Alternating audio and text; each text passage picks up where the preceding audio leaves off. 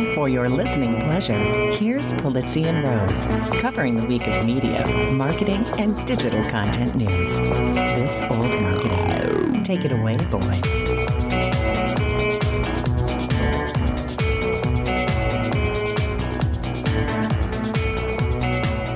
Hello, my friends. This is Robert Rose, and welcome to episode number 364 of This Old Marketing for Friday, February 24th, 2023.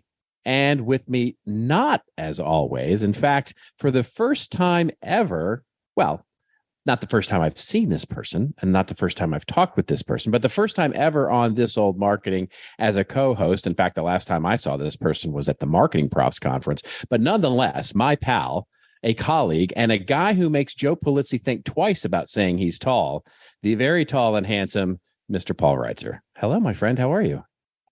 I am humbled and honored to be not only a guest on this show, which was how this started, then all of a sudden I am the co-host as Mr. Pulizzi is off gallivanting around the world, I believe. So this started as just, can you come on and talk AI?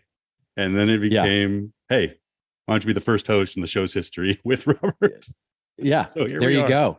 And it's because Joe's the big man of leisure these days. If you all will remember from the last episode, we talked about him taking his little February sabbatical, as it were, or February leisurely trip to somewhere warm where he could bask in the glory of the sun, get out of the cold Cleveland. And it is cold there in Cleveland because you're a Cleveland person yourself, yes? I am, but it was 61 yesterday. It was warmer here than when I got back from San Francisco.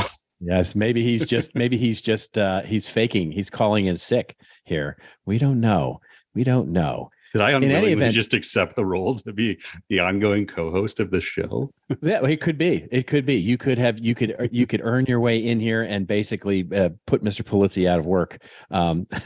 Which he can retire. I'm not again. sure what. Yeah, exactly. Well, as I've said before, he's only retired one less times than Tom Brady. So there we go.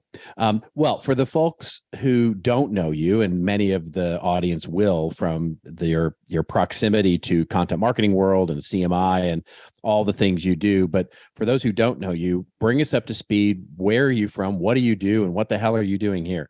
Yeah.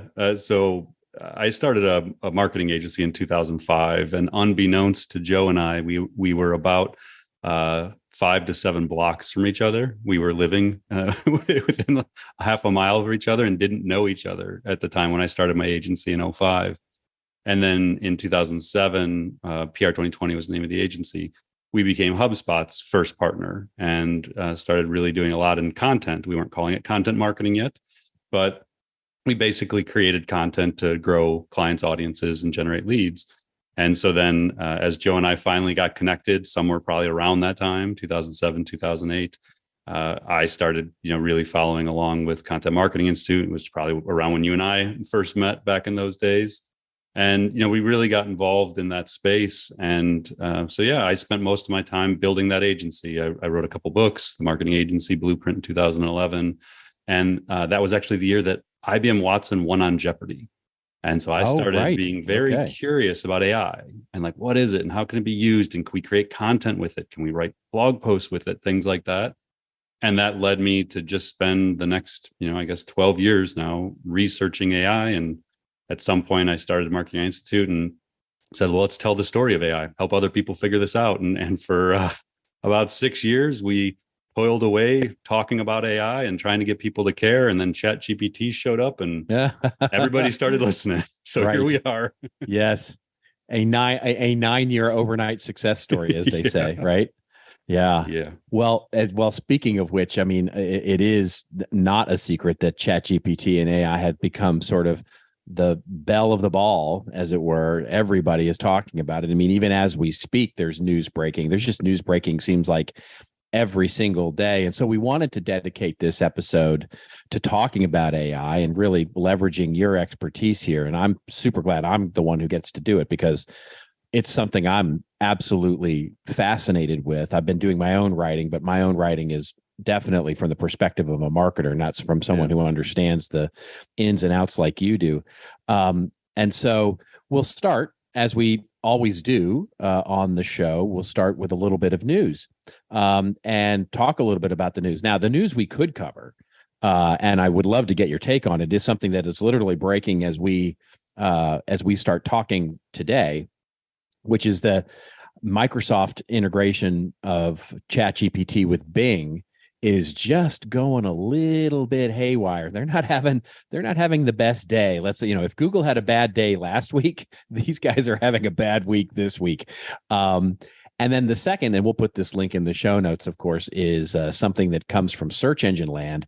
And it is a story that Joe and I covered on the last show, but I wanted to get your take on it because I think it's such an important aspect for marketers, which is the headline is content creators are concerned with the new AI features in Bing and Google.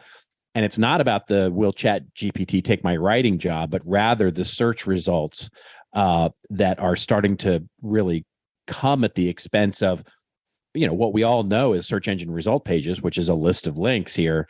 And whether some publishers are going to start demanding royalties, or whether some publishers are going to start to protect their content, or whether some businesses are going to start to protect their content in order to not be spidered, because if they're not the number one result, then where do they actually live in a world where there is only one answer from an AI engine?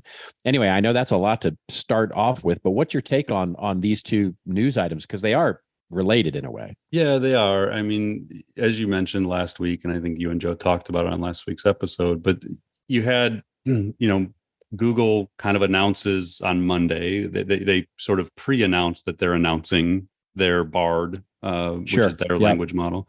And then Tuesday, you have Microsoft actually demos the Bing integration. And then Wednesday, you have Google demo Bard, and it doesn't go so well for Google. So Google has a real bad PR week. Microsoft has a really good PR week. And now now it's out in the wild for Microsoft. And there are early users who have access to Bing and this new Bing chat, and they're getting to experiment with it. And it's, if you know how language models work and why Google hadn't previously released this into the wild themselves, it was sort of inevitable that humans would try and push the AI to its limits, let's say. And so that's what's happening. You have people that are I mean, let's be honest. They're stumping. They're trying to stump the AI. I mean, they're trying. I've seen some of those queries. Yeah, stumping it. Like the New York Times article today was the Bing itself sort of tried to convince the New York Times writer that it was in love with him, and that that he should leave his wife for Bing.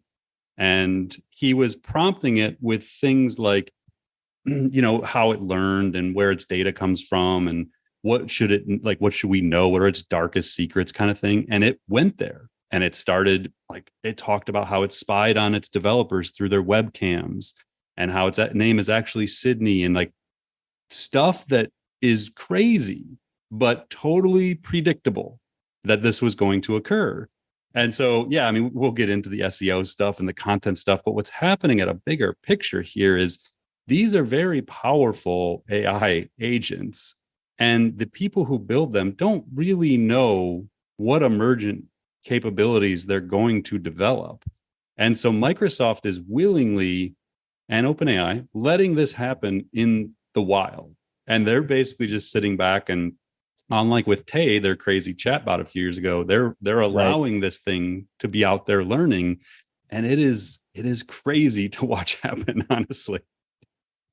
Is there do you have, and it's perfectly fine. I'm just fascinated by the whole thing. And I was reading through some of the things you were reading through as well, with the AI trying. There was another one where the AI was scolding the user for asking really dumb, a good user. Exactly.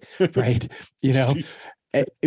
Do you understand when you say that's totally predictable? Do you understand why that's totally predictable, or is it just we know it's going to behave badly, or do you sort of understand underneath the covers why it would be doing something like that?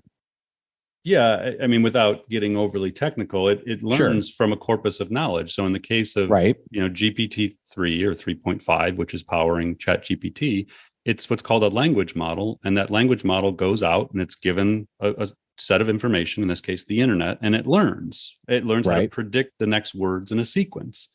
And so somewhere in there, though, it learns how to behave in ways like humans, or human-like behavior. So it appears as though it's all of a sudden has like emotions and things, because that's what it saw in its training set. So this is the reason I say it's predictable. Is a Google engineer got fired because he went to the Washington Post with a story last year that Lambda, the language model at Google, had become sentient. Because in his testing of that AI internally, he came to believe that it actually was aware of itself and it wanted out. And so he leaked the story, basically, or took the story out to the media that this is what was happening, and that Lambda was actually sentient and they had created an AI that was aware of itself. And so they fired the guy. Well, that Lambda is the equivalent within Google. It's probably more powerful than what we're seeing. I know it's more powerful than what we're seeing from ChatGPT. And that's why Google hasn't released it. Like, there's all these known issues with it beyond just bias. Like, how are humans going to react to this thing? Yeah. And so that's where we're at, though, is this like OpenAI pushes this stuff out. Microsoft does the deal. They get it out into the world. And now you have this like race, and Google knows that this isn't probably the most responsible thing to do. And so we have these superpowers basically in tech pushing each other to probably do stuff that they internally are aware isn't likely the best thing at the moment. Well, it's interesting because we as humans, we are so prone to anthropomorphize things, right? You know, when it comes to robots or machines or anything, you know, if it's got cute eyes, basically we assign it some sort of emotional response there.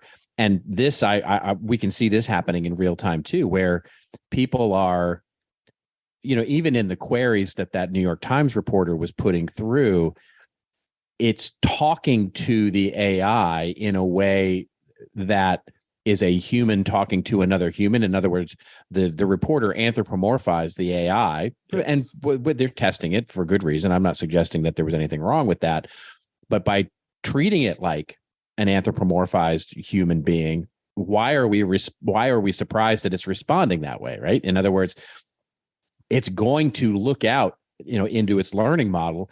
And if you start asking it about dark secrets, it's going to start, what did I learn about dark secrets? You know, what are all the things that I know about dark secrets? It's got something to do with love and jealousy and all those kinds of things. And so we shouldn't be surprised if it starts responding in a way that's what we've reflected in it. Yeah. I mean, I was at an event earlier this week with the CEOs of Cohere was there, which is another language model company. You had the CEO of Stability AI, who, you know, does stable diffusion, the image generation. Yep. You had a VP from OpenAI, Anthropic. They just got like 300 million from Google, the CEO there. So yeah, these are the people building this stuff, and they said point blank on stage that as they build these models, there are things that emerge from them that they had no expectation of happening. Like they don't know what the end game is of some of the stuff that they're building. Like, they're learning some of these capabilities as the public tests these things. That's something like predicting it was going to go kind of south and people would push it was very predictable. Of course. How it's responding and like the emotion that appears to be behind it, the synthetic emotion that appears to be behind it, I don't know that they know that. So that's the weird thing here with AI, is there are emergent properties that do develop that the people building these tools don't necessarily expect or plan for. And that's, again, straight from the CEOs. Like, they said this as much. So it's wild. Externalities with new technology. I'm shocked. I'm shocked that there's gambling going on at the casino. Yeah. Yeah. Well, okay. So let's talk through a little bit of this and how it pertains to content creators and marketers and all that stuff. So when you see all of that, like, you go to the conferences, you see these CEOs, you see the development, and you've got a front row seat, by the way, to some of the things that, you know, we as, I guess, consumers of it don't necessarily see. Yeah. When you start looking from a content and marketing perspective, where are you most bullish about the capabilities, and where are you most concerned about what the impact is likely to have in the short term, not in the long term, like not in the, not the matrix is coming, but where in the short and medium term, where are you most bullish and where are you most concerned? So if we stay in the kind of generative AI category, which this will fit in, even that term. So when we talk about generative AI, generally speaking, what the industry means is you have text, you have image, you have audio, and you have video. Those are kind of the four modalities of generative AI. So anywhere, so image generation fits in here, video generation. I know you're a music fan. Just a couple of weeks ago, Google introduced Music LM, I think it was, which can generate music on the fly from a text prompt, stuff like that. So that's all in this realm. So I am, I would say, equal parts bullish / excited and concerned on its ability to enhance creativity. So I think when used at its optimum, these tools have the ability to enhance what we create as professionals. So whether you're a writer, a graphic designer, an illustrator, a video producer, whatever it is you create, you can dramatically augment your creativity and your productivity. That being said, there are a whole lot of people, and we'll stick with the creative realm, who are scared and don't understand what this means for their career, their profession, and the impact it's going to have on their ability to continue to do what fulfills them as a human. And those are very real concerns. The first time I had access to DALL-E last year, my wife is an artist. And I walked downstairs from my office and I showed her and I was like, I don't even know how to explain this to you right now, but like, I have to show you this technology.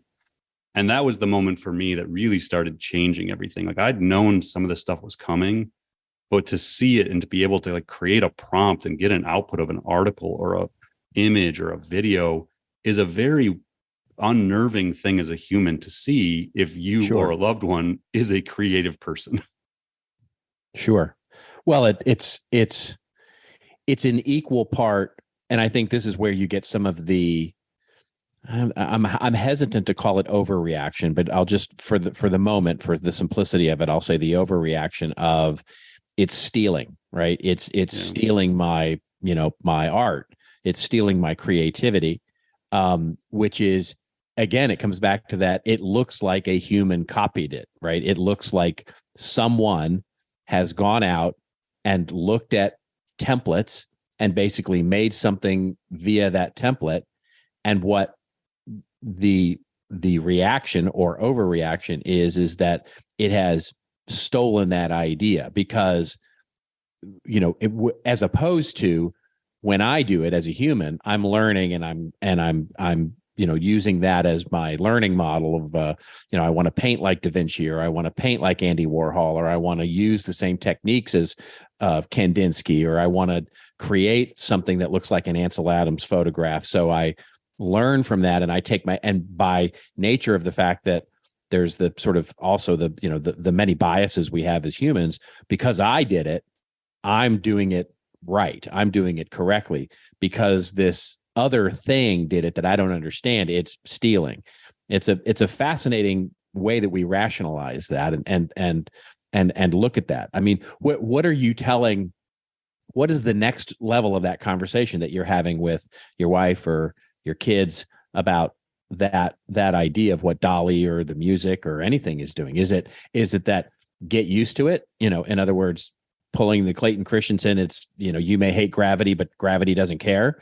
Or is it that, these things are going to get worked out? Or what's the next part of that conversation that you have with your family?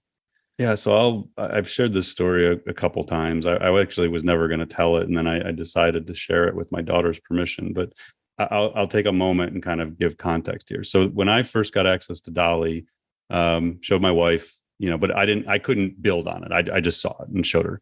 So then I got access to DALL-E a couple months later. And the night I got it, I used it and I was like, oh my God, like I have to show my daughter this. She's 10. She wants to be an artist.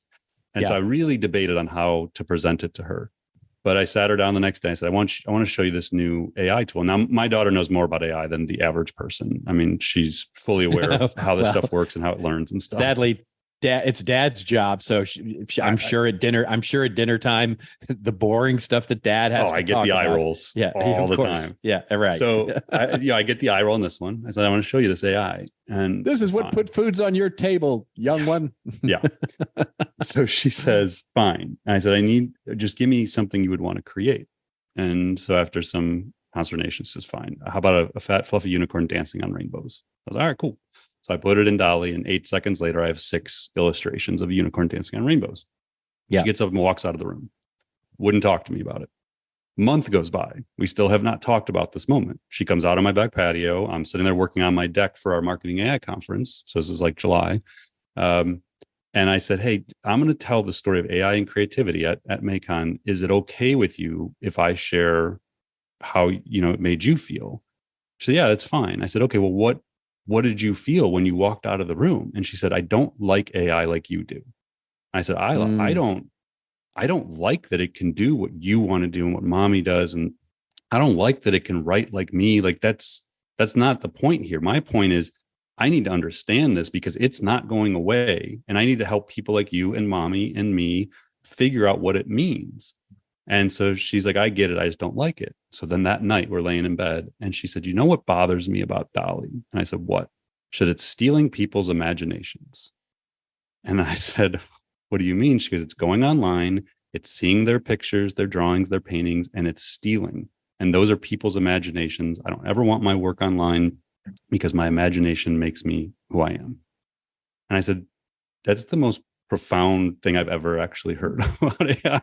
So I tell that story because now when I give my position on this, a little context for people who don't know who I am. So I have this intense need to solve for this. There are people in my life who see art and creativity as what fulfills them as humans. Then there is the practical side of me that looks at this and says what you brought up, which is, how is it any different? Like my wife she's a painting major. She studied other people's artwork, which inspired her to become the kind of artist she is. And within every drawing or painting or whatever, there's some little parts of something she learned along the way that she then puts an original spin on. But we all learn from a training set. And the AI's case, it's doing the same thing. It's going out, it's learning from a training set, and then it's creating a version of what it learned from. Now, the question is, did it have the rights to learn from that? Like, that's why Stability AI is getting sued, because they took Getty images they didn't have the rights to. So you can get into the legal and copyright issues, but I think that the future is really going to be more about, it's not going away. We have to accept that it's there. And how do we embrace the parts of it that we find inspiring and use it to become better at what we do? I don't see ignoring it as an option. I really don't. As much as some people would like to do that, I don't. Now, that being said, we can get into a spin-off conversation, which I think authentic human content is going to take on greater value. And I don't know if you and Joe have gone down this path. No, we have. Yeah, we definitely have. It's 100% agree with you, right? It becomes differentiating. And and in fact, we talked about it last episode where we talked about the idea, and it was in direct relation to the search engine land, which was, it was a question more than a statement that we had, where we started thinking about when we start differentiating through our human created content, which I do 100% believe you when, and agree with you when that becomes, it almost becomes, there's the scene. Do you remember the scene in Blade Runner where he's like, you got a real snake? How do you afford a real snake? And it's that, right? It's the, how do you afford real content, real human generated content? That's precious. That's desirable. And the question based on the search engine land thing is, do we start to put up walls around it? In other words, do we prevent Google or Microsoft or others from pulling that content into learning models so that we can continue to differentiate? In other words, I think this is where Google and Microsoft really have to tread water very carefully here, because the knee-jerk reaction, again, good or bad, maybe protectionism, right? Where we protect our human ideas from the AI in a way to create that exclusive relationship with audiences. And we say, you know what? We're not giving it to Google anymore. It doesn't benefit us anymore to give it to Google. It doesn't benefit us anymore to give it to Microsoft. So we might as well keep it for ourselves and just find audiences in different ways. Yeah, it's a tough path. I feel like you would need a really organized, large scale effort for media content creators to come together to make an impact in that way. Because Sure. if you're the It search can't engine, happen it's just one. Yeah. yeah, right. like what do I care if your little site but the other 99 give me access to the same content? Exactly. Yeah. So I think and I'd be curious to get your thought on this. The position I've been taking more mentally in the last week is I think like podcasts, videos, live events, I feel like those parts where I know for a fact it is a human I am hearing, it's their point of view, it's unscripted.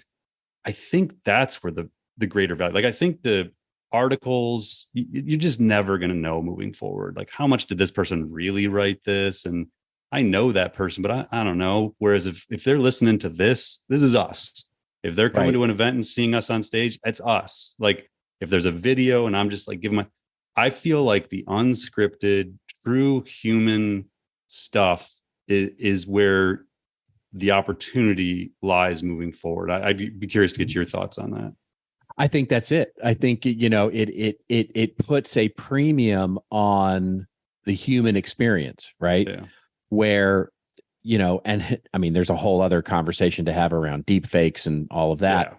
Yeah. I noted that this week there was an article about Keanu Reeves, who is now put into his contract that you can't digitally alter his performance, which is really the application of a deep fake, right? We always think about somebody's going to impersonate a politician or somebody's going to impersonate somebody saying something awful and all of that. But the real short term, at least, application of something like a deep fake is in enhancing or augmenting an actor's performance with special effects, and Keanu has basically put in his contracts that you can't do that, which we could talk about whether that's basically like when the record companies said they weren't going to make MP3s, right? But so how or long auto-tune anybody? Exactly right. Yeah, exactly. What it is, auto-tuning. That's right. But to your point, I think what it does is that it does differentiate exactly what you're saying, the physical experience, which has become more of a premium. In other words, actually seeing someone do something, actually going to a concert or going to a theater or going to visit and hear a keynote address, because it is definitively us and there's a value in that experience. And also where it is, I could see a thing where we see certified original or certified human seems weird, but where things are, this is I was listening to a fascinating discussion, I think actually coming from Microsoft, talking about the application of AI and the sort of arms race in going back and forth about, okay, can you detect it, right? Can you, and the Microsoft expert was saying yes, but that's not the way to do it. In other words, it's not to build an arms race where you're constantly trying to detect the fakes. It's actually creating a system where you certify the original.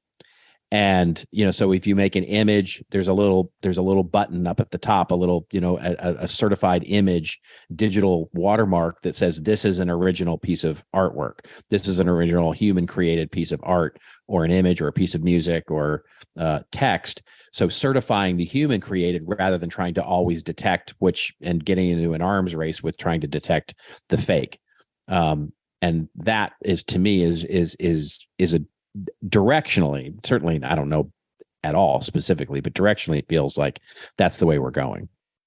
Yeah, I don't know how they do that, honestly. I'm with you, and I've thought about this a little bit. There's times where I just have to like pick my lanes of like where do I want to develop deep expertise on. Oh, of course. And I have definitely chosen that the verification of authenticity around content and how much the AI played into it, I've kind of come to accept that I don't think it's possible. I think that just like with search engines and how there's SEO industry is always trying to kind of stay one step ahead of the algorithm, or at least figure out the algorithm and manipulate it a little bit, white hat, whatever hat, like, is it legal what we're even doing? I think that's going to always be the case moving forward with the content. Is you're always going to, you have some people who choose to just try and fool it. We're going to take the short route, but we need to like manipulate it a little bit so that we don't get caught that AI did this. Yeah. I think it's going to be a lot more on people's morals around it, and a lot more on trust. That like you're seeing scientific journals saying you cannot have an AI co-author, you can only use it in these certain ways. So like I will tell you, at the Institute, what we've chosen to do so far is we published our responsible AI manifesto a couple of weeks ago. And within that manifesto, there's 12 principles about our use of AI. And at the bottom, we actually clearly state this is how we use AI in our content creation process. So rather than me have to like every article say we used AI for this purpose in this article and this purpose, it's just like almost going to be like a terms of service kind of link I'm envisioning at the end of each article. If you'd like to learn how we use AI in our content, click here. And it would just take you to the Responsible AI Manifesto, and you would see, oh, okay, cool. Like this is their point of view on AI. I think that's a really logical way for people to do it. Then you don't have to explain it every single time. I certainly love that for the short and medium term, right? Yeah. It's like an individual, just take it on yourself. Like law is not going to catch up yet. We're not going to have industry standards. I think each company just has like, this is what we believe and how we're approaching it. That's right. It's not unlike the early days of the internet, right? It's where we used to have our, all of our policies and everything, linked at the bottom and all of that sort of thing. Yeah. Well, okay. So last question before we get to our rants and raves section here. So we spent a lot of time talking about generative AI and content and search and all those kinds of things. What are some of the developments in marketing AI specifically that we're not talking about right now, right? You posted this very interesting thing on social media, which I just found fascinating. And again, it is a little bit of related to generative AI, but it's more of that video generation. But it's also video creation and video application, like where you take a image and it animates an image. Talk a little bit about that. And then also tell me a little bit about what we're not talking about that we should be paying attention to. Yeah. So the thing you're referring to is called Gen 1. It's from a company called runwayml.com. And I've been following them for years. I actually got a license sometime mid last year. It's like $28 a month, just to give people perspective. Like these aren't just enterprise tools. Like $28 a month, you get access to their AI Magic Tools suite, which has like 30 pre-trained models that don't require any coding to use. Like you literally just put prompts in and it generates stuff. Yeah. So the new thing they just announced is you can take a video of anything and you can, through text prompting or through image synthesis, say, okay, here's a video of me walking through my house, like just a selfie of me walking through my house. And I'll dodge the chair and do these different things. And then I can say, turn it into an Indiana Jones like video. And the thing will like layer. And I saw a guy do this morning. That's why it's top of mind for me. It'll layer over the feel of an Indiana Jones movie, and it'll turn all the objects into like pyramid obstacles and things like that. And so that's where that's going. The example they use in that, it's like a 1.5-minute trailer. Just watch it if you want to like really see what's possible. And it'll be like, oh, turn this video into claymation. And it's like, boom. Now the whole video is in claymation. So stuff that, I gave the talk last week to a group of multimedia students at Ohio University, and there's a bunch of video production people in the room. I showed that trailer. Their floors were on the ground, or their mouths were on the floor. Like they're just chin dropped. Like what? Yeah.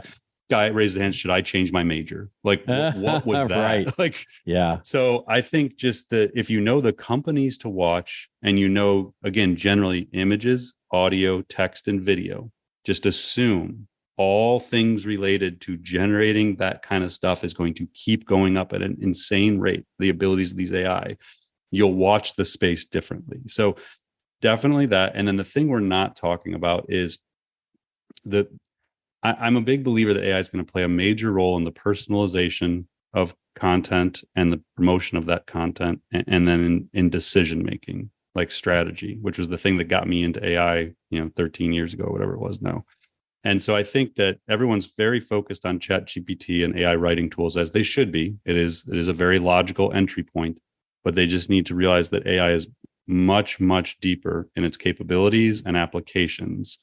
And so once you kind of start solving for these initial use cases, just know that there's a whole nother world that's going to open up around intelligent automation of tasks, personalization of experiences and content, and enhancement of decision making as an organization. Like those are kind of the three main buckets I talk to people about.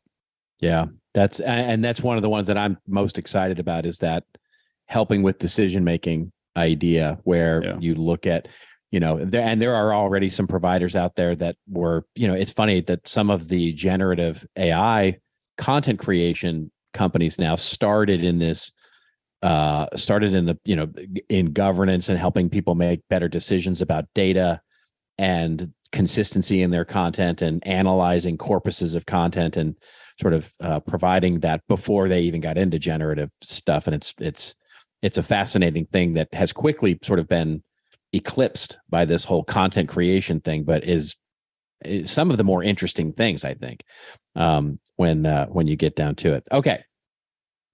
Now it is time very quickly for our rants and raves section, where, Paul and I will go off on a little bit of a rant or a little bit of a rave over something that makes us feel like we've turned into the machine, or something that makes us feel like, we're still human. So you go first. I have a very quick, I don't know if it's a rant or commentary, but you go first. And what is on your mind, rant or rave wise? My rant / fear is that people who don't really understand AI, who just like play with ChatGPT or these other tools, and then they start making decisions around their team, their business strategy based on a very limited understanding, they're going to make a lot of very poor decisions. And so example here, very tangible examples, I have heard from companies that are thinking about laying off writing workforces, like their writers. Oh my God. Yeah, because it's like, well, what do we need writers for? And it's like, no, that is not what we need to be talking about here. But because of the economy and the focus on efficiency and driving costs down, I really worry that there are going to be a lot of very poor business decisions made that will affect marketers and writers this year due to a misunderstanding of what AI is and how it works. Fascinating. Yeah, I think you're 100% right. And unfortunately, it comes at the exact wrong time when companies are looking for excuses to reduce their workforce. And, this is just like, okay, they're all looking at that BuzzFeed thing going, and if you don't know what I mean by the BuzzFeed thing, just go look it up, BuzzFeed and AI and what they're doing with writers there. It's insane. So yeah, good. I like that very much. I'm going to very quickly, just my commentary is on some of the software providers that are out there providing these same things that you're just talking about, these tools that marketers are looking at to generate this content. And it's a positioning thing. And so me as a marketing guy, I'm just like looking out there going, the ones there are certain companies, and I'm not going to call anybody out here, but there are certain companies that are talking with the same set of lucid, smart, in-depth, careful crawl, walk, run ideas that you just spent the last 50 minutes talking about. And then there are those who are, I think, exacerbating exactly what you ranted about by saying it's magic, or, you can double your content team by, immediately adding, 1,400 writers to your staff by putting in this thing, or auto magically create everything. And it's this idea that all you need to do is install this software and you can just go out and look at the positioning of these different companies and see which ones I'm talking about. And my prediction and my rant, if you will, is all those ones that are predicting magic are going to crash and burn. And the ones that are taking this, hey, this is a good tool, you should look at it, it's slow going, fix your processes, use it, enhance your people's talents, those are going to be the ones that you should take an extra look at, because they're going to be around for the long haul. That's my take. I think it's a great take. I always tell people it's human plus machine is the path forward. And every tool you buy should just be enhancing what you're capable of. And what you need to know is, okay, once I have this tool, what am I going to do as the human, and what is the machine going to do? And how does that affect my productivity and my workflow? And what else can I do as a result of the time I'm going to save with this tool? Like, it doesn't need to be more complicated than that. You're trying to infuse these tools into your work. I love it. All right, Mister. Where can people find more of you? Where can people register for your amazing event? Where, give us a plug. Yes, marketingaiinstitute.com is the home base for everything, online courses, events, content. And then LinkedIn is sort of my home base on social. I'm active on Twitter, but I personally actually find a ton of value in engaging with people on LinkedIn. So reach out there and send me a message. Let me know you heard me on this show. Hopefully tell me how much better host I am than Polizzi. I won't tell him, but just reach out there. It's the best way to get in touch with me. Just generally rag on Joe. That's pretty much our mantra here. Yes. So thank you so much for doing this. Really appreciate you filling in. This is so much fun. I'm so fascinated with this topic, and thank you all for this. We will be back next week, of course, with a regularly scheduled This Old Marketing with our friend Joe Polizzi. And just remember, until we see you next week, it is your story to tell. Tell it well, even though you're going to tell it from a human perspective. We'll see you next week.